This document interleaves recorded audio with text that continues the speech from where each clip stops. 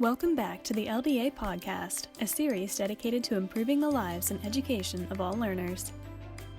Today we're talking to literacy consultant Katie Garner to learn some techniques on how to trick the brain into reading and writing.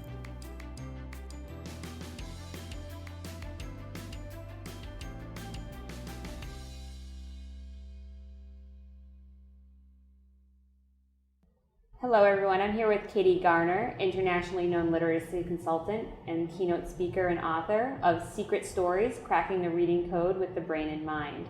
Thank you for joining us, Katie. Thank you for having me. So in your writing, you talk about how students' social emotional systems are connected to their learning. Can you give us some examples of that or explain how? And the way that I really kind of tap into that part of the science with those social emotional superhighways is for a different purpose than the way that they're usually discussed. I tend to like to look at the brain like a chess opponent sometimes to see why what we're doing isn't kind of making its way in, and then looking to see what the processes are that are naturally occurring that we might be able to kind of work around if we just know what to anticipate. So with the social emotional development, we know that area of the brain is much earlier developing than the higher level processing centers. The brain develops back to front, and those areas are in the mid-rear portion of the brain. So they're on board very early. Kids, I like to call them their tattling centers, the social emotional learning centers, because they're the part that at least in the most small form, they help them keep track of, who the line leader is, who the line leader was, who got fired from being the line leader, who's never allowed to be the line leader again, all of the things that are everybody else's business, how they feel about things, how they respond. All of those connections are earlier developing on board and have much more grounding in an ability to use to make sense of things. So I tend to like to take advantage of those already laid superhighways to transport high leverage phonics skills rather than social emotional learning for social emotional learning's sake, which I think oftentimes is what we do focus on because it's such a perfect place to look at citizenship behavior and how to make good choices and develop social emotional intelligence. But you can take advantage in a different way if you just know how much power lies in the already built connections that are tight and streamlined and strong, and then use those to transport skills that typically have to go down roads that haven't been built yet, or that teachers can struggle to build, or that for some kids have some roadblocks for. So basically, the social emotional learning, from the purpose that I am kind of coming at it from, is to kind of repurpose those connections to make use of them for academic content ease in retrieval and earlier access to these pieces that kids need to really maximize what they're doing every day with reading and writing. So it's not just social emotional learning for social emotional learning's sake of Exactly. responsibility decision making and how to work well with peers, etc. Instead, it's social emotional learning tied to academic content knowledge. Yes, but yet what's fused together is used together, so they will work backwards. And in other words, all of the things that you just mentioned, which are perfect, those help drive their decision making every day. If they see a student on the playground without a friend, the idea that they might feel empathy and then want to go play with them, and if they decide they want to hit Susie over the head, not that they should be deciding that, but let's say they did, they're not going to do it when they're the line leader. Everybody knows that when you're at the front of the line, you behave like a perfect angel, but at the back of the line, you can get away with murder back there. So the decision making about those types of behaviors that already drive their behavior every single day, we're going to use that as a compass to start driving decision making about letters and the sounds they're most likely to make in words they've never seen before. So positional sounds of Y, for example, is a phonics skill. It's a high leverage phonics skill, and it's typically taught mid to end of second grade. Kids need to know that in kindergarten, really on the first day, because we tell kids, Y says yo, yo, yeah, yeah, yeah. And then we march 2 feet to our calendar and we blow it to heck by looking at words like July, January, Sunday. We read a big book that's by this author, tell them that's the boys' bathroom. So every time they turn around, they see a letter that's never making the one sound we say it should, but it's doing everything else. So if kids understand, and there's a whole little story about Sneaky Y, and it's actually pretty simple, but he's only sneaky when he's at the end of a word and no one can see him. He'd never be sneaky when he's a line leader. He does exactly what he should up there. And why he's sneaky, or what it does when he is sneaky, is connected with, what he did that made him sneaky. Why he took a couple capes from a couple superheroes and he uses them to have their powers so that he can say their name at the end of words like mommy, candy, daddy, sky, July. So kids have this ability to manipulate words and decision making about what those letters will say in words by thinking about what they would do, what would drive their behavior. Why is going to be sneaky at the end, because that's where they would be more likely to do something they're not going to be, don't want to be seen doing. At the front, when everybody's looking, that's where you put on your best behavior. Yeah, yellow, yes, you yak. So just little tiny things like that kind of help kids gauge and get a foothold in how to work with text that's all around them and just get more of the code faster, so that it's not just about individual letter sounds and then blends and then digraphs. It's not a 3-year trek to get the whole code. We can kind of start giving them like a smorgasbord of access far earlier than they should have it by taking advantage of things they already understand and just connecting new information to what's already deeply entrenched in their daily experience, their daily behavior. So it's that kind of an idea. It's just a way in to open up access, faster access to more of what they need to milk the reading and writing they're already doing every day. So you really tap into tricks and strategies that relate to their personal lives in order to then fast track this reading process for them. Absolutely. And that's so important if you think of the code. The code or phonics is just one part of the recipe that's reading. Fluency, vocabulary, comprehension, all of those pieces are equally important. But the problem is, if kids don't have that one piece, the code nailed down, it just wreaks havoc with the entire dish. And it makes it impossible for you to work on comprehension at upper grades if kids can't read. They can't build the vocabulary they need in order to comprehend if they can't read. And you surely can't work on fluency if they can't even just read. So it is just one piece, but it's the piece that's pivotal. And from any corner of the world you view it from, whether it's kindergarten or upper grade, it's a big hurdle when kids don't have it. At the upper grades, it's a hurdle because it blocks access to curriculum. If they can't read the informational text, they can't construct the persuasive argument that's supposed to be the focus of your lesson. But at the early grades, you can't do diddly squat with just individual letters and sounds. You can't do anything. The word how is ha'awa. Like I said, the word August, I didn't say the word August, but I was in my session, so this feels like a continuation of it. We talk about capital A and we sing little songs that A says A and A says A, and then we walk to the word August and we say the words August. So we're constantly contradicting ourselves as long as we're forced to piecemeal this puzzle out in bits and pieces. And a puzzle, like I like to ask teachers at the beginning of the session, what do you do with a puzzle that you only have like some of the pieces for? And their first response is we throw it away. Now teachers don't throw anything away, like ever. There's nothing we will throw away unless literally there is no possible use for it. And that's how a puzzle is when you don't have all the pieces. You can't do anything with a puzzle unless you have all of it. That's by definition, and the code is the same. I can't write about my pet mouse in kindergarten if I look at the alphabet train and there's no letter that says ow. And if you let your program be the teacher, programs are a great playground, but the teacher's the teacher, and the program's not going to give the ow sound until second grade or middle of first, and at middle to end of first or second. And my mouse could be dead by the time I get the ow sound that I need to write about him. So it's just kind of the idea that kids need whatever is necessary to write the story they want to tell, or to pick up a book they want to look at, or just even make sense of what's on the lunch menu. And so fast tracking, it's key at the early grades. And to do that, you have to find a way in. Upper grades, they've got to fast track what kids don't know so they can plug holes fast and get to where they're supposed to be going. So using the neuroscience, looking at the brain from a perspective of what's strong, what's weak. Brain plasticity lets us tap into areas of strength, bypass areas of weakness, and it's all based on how we wrap up the skill content. So if we wrap it up with a social emotional disguise, we can trigger those stronger areas to engage and retrieve and hold the information to get around areas that maybe haven't quite gotten on board yet. And then little by little let those developmental, changes occur as they can, but we're not waiting to front load the code. We're giving them access to things much sooner, so that or if you're at an upper grade, much quicker, so that they have what they need to see that transfer to what they're actually doing every day. That's where we lose a lot of our value, is the skills we're teaching when they're piecemealed out, they're not transferring to what they're actually seeing in real text all day long.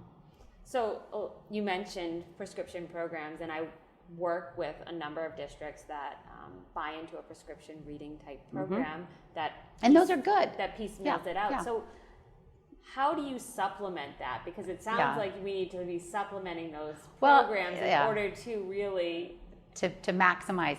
I look at programs like playgrounds. You know, having taught for a long time, we've had playgrounds we love, and then they take the darn thing down because it's a liability, and then they give us a playground that nobody likes, or maybe we get a playground that they can use most of the pieces, but nobody's allowed on that thing. Meanwhile, that just becomes like the behavioral problem because that everybody wants on it. So programs or playgrounds are going to come and go as mandates and initiatives shift and change. And they are your playground. That's the place where kids can flex their reading and writing muscles. But the teacher has to give them the muscles. And to do that, teacher expertise, you know, research has shown teacher expertise is the most critical variable for effective literacy instruction. The program is going to give you opportunities to engage those kids with reading and writing. But the ability to read and write comes from your ability to teach them how. And that's where there's a big disconnect because we weren't taught. I mean, phonics was not a focal point of instruction for most of us who are teaching currently. I got a master's in reading, and all I got that involved anything with letters and sounds was one song. And it didn't even give me both sounds letters can make by themselves if they were a vowel, let's say, or soft and hard G. So it's not a skill set we have, and it's not intuitive. Phonics isn't something that you can just create an obvious way to make sense of letters that seem to not be ever being consistent. So what I try to bring to this is a deep in the gut skill set for teachers to have that allows them to put meaning where there wouldn't be so that they can really milk what's in their program. The program dictates the path you're on that day. You know, what if it's August, like I said, if it's August, we're going to be looking at this word August every day. I'm going to look like the world's biggest liar if we sing this alphabet song every morning and I tell you while I'm pointing to the capital A that A says and A, and then I march and point to this capital A and go August. Mm-hmm. So obviously my program or my daily experience will be with this scenario until it's September. So this kind of dictates what key I might need to help unlock that pattern. And the brain's a pattern-making machine, so to keep it in the game, you have to be connecting dots and laying a bread trail that doesn't just stop. And so it's whether it's the calendar or whether it's your reading story and your reading program, whether it's a phonics program and you're on page 24 with R-controlled vowels, whatever it may be, you've got kind of two choices when things don't have a logical meaning attached. Repetitive use and practice, use it or lose it, which is what happens with phonics, or cheat. Make it make sense. Align it with something that already makes sense, that they already know. So it's not new learning anymore. It's something that's brand new, connected to something they've known for as long as they can remember. And now you get this leg up to start actually letting the use it or practice come in for the real purpose of reading and writing. You know, for example, if I tell them that there are two letters in the word August that are in love, they have this huge crush on each other. And the reason you guys thought this word was August is you guys just didn't know this secret. They have been head over heels in love forever. And anytime they have to stand like right up against each other in a word, they get so embarrassed that they always put their heads down and go, ah, and that's the sound they make. It's actually not just AU, it's AW too. Then I'll have a little picture of them with little hearts, and they look like little sweethearts. And look, guys, they're not just in this word. Look, they're in Austin's name tag. Look, Austin. Look over here. We just read this book yesterday about Alexander's terrible, awful, horrible, no good day. Look at all these words that have this grown-up reading secret. Now, if you didn't know the secret, you know, you'd think this word was August, or you might call him Aston, or that word would be awful. But now you know the secret. Now, once you've tossed that out, you have so many opportunities throughout the day to milk that. Mm-hmm. Because not only every day of the month of August will you have an ability to show them how that key unlocks that word, but if you go to the cafeteria and there's spaghetti sauce, that's one of the choices. Or when they see the word saw, or if you read a book about a dog and his paw got hurt. There's so many opportunities because text is everywhere. Mm-hmm. The problem is kids can't make much use or value from those experiences if they don't have anything to connect it to. And with those individual sounds, you know, if I can tell that little secret, yes, kids can all go, you know, ah, when they see the little hearts with those letters. But if they don't have the other piece of the pie, which is the individual sounds, they might not know they could read the word saw. So what happens is, what powers things up is when they have both. Mm-hmm. Because when they have the sound and then they also have the ah, they go saw. Hey, I could read that word. Mm-hmm. But it takes two to tango. So if all they have is the individual letters and sounds and they don't know what letters do when they come together, it's like one hand behind their back.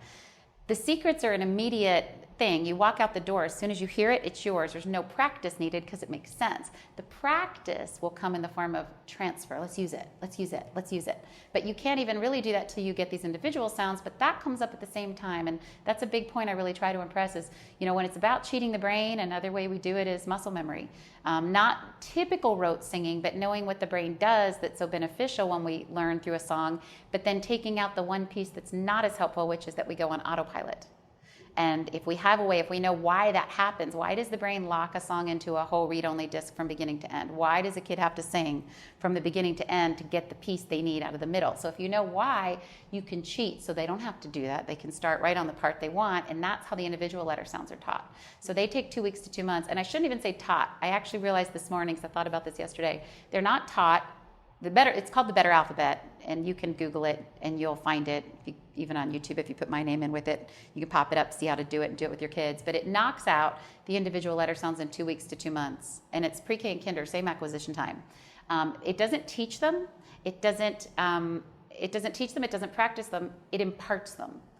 It literally implants them into their lips, tongue, and teeth, and that simultaneously is occurring while you're also taking opportunities to share these secrets about what letters do when they don't do what they should. Mm-hmm. And only by doing both do you maintain the credibility of being consistent. Because if you only do one, if you trek bits and pieces of the puzzle out in little piecemeal increments, then nothing you say holds water, ever. And transfer never happens. And so you get no value out of all those text experiences. Other than going through the process, kids aren't taking out what you intend because they're not bringing enough tools to the table to make sense of it. So it's that access and getting to fast track these critical pieces of the code so kids have more sooner that really powers up your instruction that's already built in. And that's your program. What your math, and not just your reading program, your math program, your science, every access point throughout the day where kids are engaging with words. All of those are ripe opportunities to extend your reading block to a never-ending, all the way taking to home. Mm-hmm. Commercials, road signs, billboards. Text is everywhere as long as kids have some tools to kind of try to make sense of it years before they normally would if we make them wait until the end of second grade. Yeah. And that's if they're on track. If they're not on track, it's a never-ending process for a lot of our kids. And sadly, a lot of our kids who don't pick up all these skills by the third grade, it's the time to get them is considered done because testing hits. And so then it's all about how do I learn to work around everything I can't read.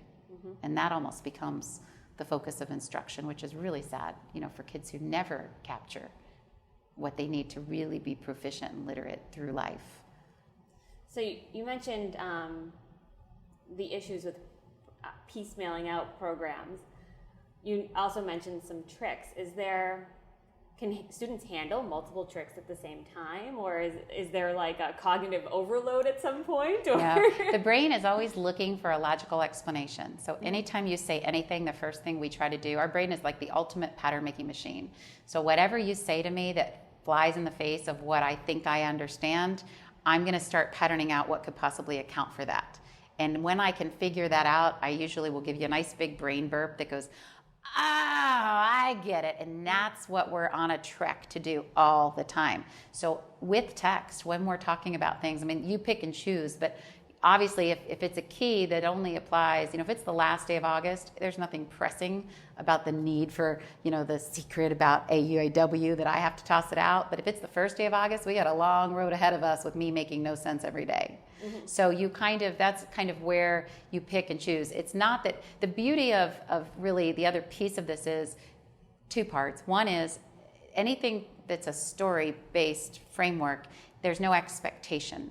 So you're not a waitress sticking it on someone's table going, eat this, and once you finish it, I'll give you the next part. Mm-hmm. It's a buffet, and on a buffet, there's no pressure. A story allows you to come to it and connect with it as you can and walk away with what you want, mm-hmm. based on what makes sense to you.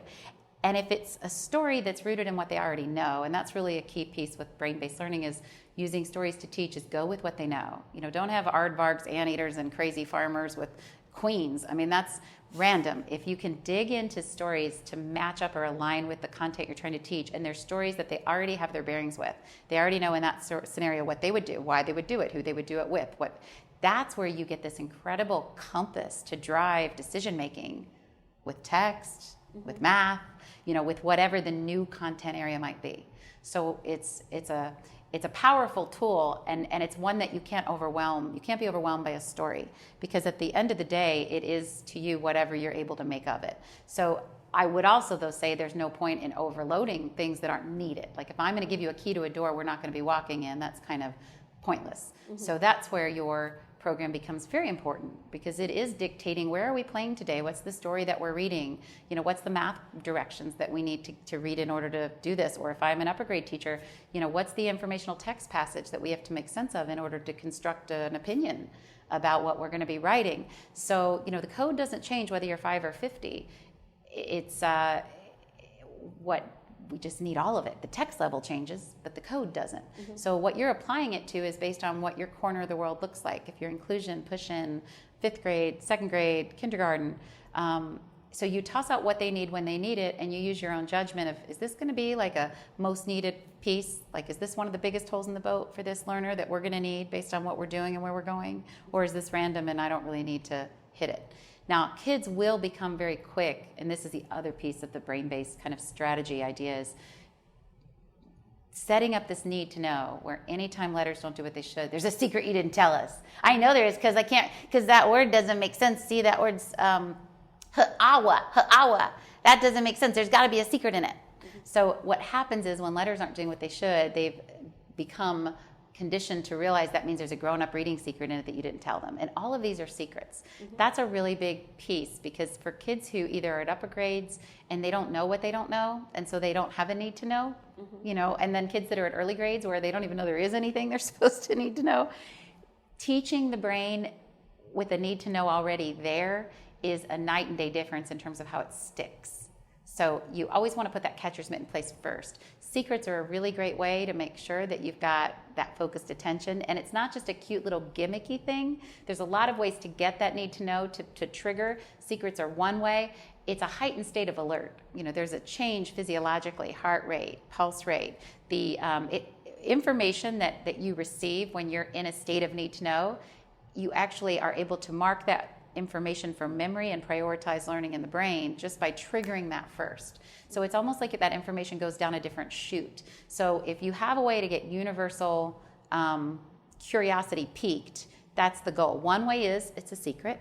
Another way is a novel approach, meaning a pitch change or an extreme body gesture. What that will do is trigger the brain's need to know from almost a self-preservation end, which is what's going on, what's happening. And that's fine. All I need is that moment of interest to get you to look up, which if you don't speak English as your native language, you might be used to just tuning me out sometimes and not looking up. So if I'm going to give you something that's really critical that I want you to take in with the need to know, I have to trigger the need to know first. So there's all kinds of fun ways to do it, but that's really the key. I give an example in workshop about a little girl who was a 4-year-old. She was the daughter of a teacher brought to a workshop, because I do PD, and I did pre-K through 2nd grade in the morning, and I had the teachers for upper grades in the afternoon. And she was along for the ride with no babysitter, and she was playing on her mom's phone the whole time. And she only looked up one time during that workshop, and it was when I was talking about the 2 letters that were in love, and I was holding up their picture with the hearts, and I went, ah, and I had my body like all sideways, bent over like I was kind of in love and embarrassed. And she looked up she was playing on her mom's phone the whole time, and she looked up for a minute and gave me about 4.5 seconds of this real focused attention trying to figure out what was going on, because she was sparked by this strange sound and an extreme gesture. And then she looked back at her phone and totally, lost interest. So about an hour later, we took a break. And after the break, I went up to this little girl with this card with the hearts. And I said, could you tell me what these letters say? And it had an AUAW with the hearts, and they had blushing cheeks. And she looked at me and she went, ah, and she did the same little head tilt, arm wiggle, same vocal inflection. And that's really the key there, is had you not triggered the attention first, she never would have had a need to know. And it's almost like I wasn't trying to teach it, she wasn't trying to learn it, she just looked up at the wrong or perfectly right time, however you look at it, and she got stuck with it. And now it's hers. Yeah. Now what she does with it will depend on how I model, use, or give opportunities for what it's there for. And I wouldn't expect her at 4 to maybe need to do anything with it at all. But maybe she will go home, and when mom reads Alexander and the Terrible, Awful, Horrible, Good Day, maybe she'll point to the AU and go, ah, or AW. That would be surprising, but depending on where her readiness level is on that bell curve, it's just, who knows? And that's where it's buffet. It's kind of open-ended. Not buffet as in laissez-faire or whenever something happens, more so fast-tracking.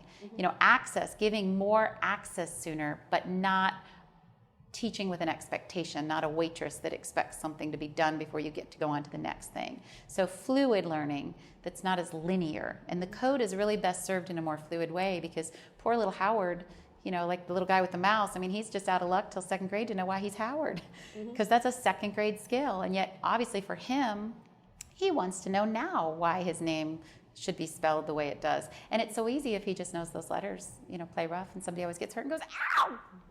And it's not just OU, it's OW too. And flying overhead is superhero O, because he's their all-time favorite superhero, and they'll always stop roughhousing when he flies by and go, oh. And that's so important, because that's a default for words like slow, glow, flow. So having some visuals to have up for them to just kind of keep track of things, it becomes like an extension of the alphabet that just starts to take on its own momentum. And then the kids start driving their own learning. That just continues to facilitate that need to know. And you just kind of get dragged along behind, and your program is dictating where you're playing. So it just all feeds together.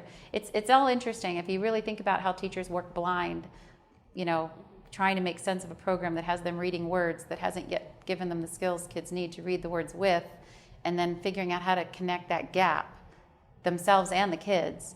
It's hard. It's not intuitive, and teachers need tools, and they need their own skill set, so that whatever comes and goes, they bring to the table an effective, high level of expertise that they feel comfortable with at any grade level, at least from just this piece, just this little piece, and then you have to learn everything else that goes with the grade level. But this piece is a huge and critical piece for every teacher to really have in their back pocket. So I'm in teacher preparation. I obviously went through a teacher preparation program myself, and I had not learned any of these strategies. So where do I go to learn these strategies? Because it was not part of my training. It's not, and it's really sad that it isn't. But I think the neuroscience connection to it would shift the way it would look anyway if it were. Because typically traditional phonics is taught on a trajectory of several years with a lot of very specific and repetitive practice-based methods to impart these skills. And while that's certainly a great comprehensive base of knowledge for anyone to have, it's not practical for a lot of teachers in districts where they're not going to be sent off to get high levels of training, at this stage in their career. So having access to the neuroscience and being able to make sense of things that wouldn't is the kids and the teachers learn in a very similar way. The same way that the kids are picking things up by what they already know, teachers are doing the same. So on YouTube, if you look at, there's so much already posted that I've tried to make sure that's just free and available for teachers to really make this paradigm shift and then start pulling in these tools. So if you Google just even my name on YouTube, you will find probably more than you would ever want to watch on any concept that you're probably trying to teach that involves the code, whether it's higher level concepts with multisyllabic words or working with little guys who literally don't know anything or everything in between. If you just, like I said, my name is Katie Garner. If you just even Google me alone, it'll pull up things underneath a little box and you can see things. Secret Stories it's not a program. It's really just a way to make sense of what otherwise wouldn't exist. There's not stuff because it's not a program, but there's a book, posters, and CD that can be gotten to be comprehensive with it. But in my workshops or in my sessions, I really make sure to give teachers a download that is filled with everything I use, share, and show to make all these points I'm talking about, so they can actually take it and use it the very next day in their classroom. If they want to be comprehensive and go all the way with it and have all of the anchors up so that they're removing themselves from the kids' process independently to get back, then that's available for them to do. But I just make sure that they've got what they need to really make this shift in their thinking. And even that download is available to anybody that wants to get it now. And it's free, and it's on the website. There's actually a couple websites you could go to, but if you go to thesecretstories.com or katiegarner.com and you go to the conferences page, there's a drop-down menu. It says Session Packet Handout. It's about 65 pages, and each page has about 2 or 3 clickable links that go to those videos, that go to anchor posters, strategy packs. Everything's free. And you can just really kind of go down different rabbit holes and see, how to learn more about whatever it is that's really making it difficult for your kids to connect with skills. Thank you, Katie, and thank you for making all of that free. I think that'll be super beneficial to our teachers, especially because, like I said, I was never prepared in any of what our conversation has been today. So. Yeah, me neither. And it's so important, and it's so easy. And anytime you can take something that's in opposition to the way the brain learns and line it up with the brain system for learning, it should feel easy. Mm-hmm. It should feel very natural, and so it's fun. Yeah. It's fun. And as you shared your brief examples in our conversation today, I'm like, oh, that makes sense. I hope they make sense out of context. In session, I know what I talked about before, and here I'm saying things thinking, did I mention this piece that goes underneath that? So hopefully it all comes together. But if not, on that YouTube channel are a lot of also from national conferences where I'll do keynotes or general sessions and then breakouts. A lot of those are videoed, and that's fine with me. Mm-hmm. And so they're up there. You can find conference. So if you don't ever get to go to a conference like this one, because this is a wonderful conference, but not every teacher gets to come, and leave their school. So you can also kind of get the same idea of what I'm talking about in snippets here by looking at some of those hour-long session or keynote videos and get a good fuller picture of how this all fits together. Great. Thank you for your time, thank Katie. you. Thank you for having it. me. Yeah, thank you so much.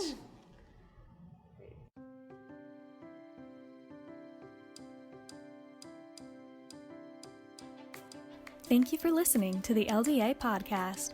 This series was made possible by the Learning Disabilities Foundation of America. Our theme music is Little Idea by Scott Holmes. In our next episode, we'll talk to Dr. Annika Schroeder to learn more about dyscalculia and how this learning disability is often overlooked.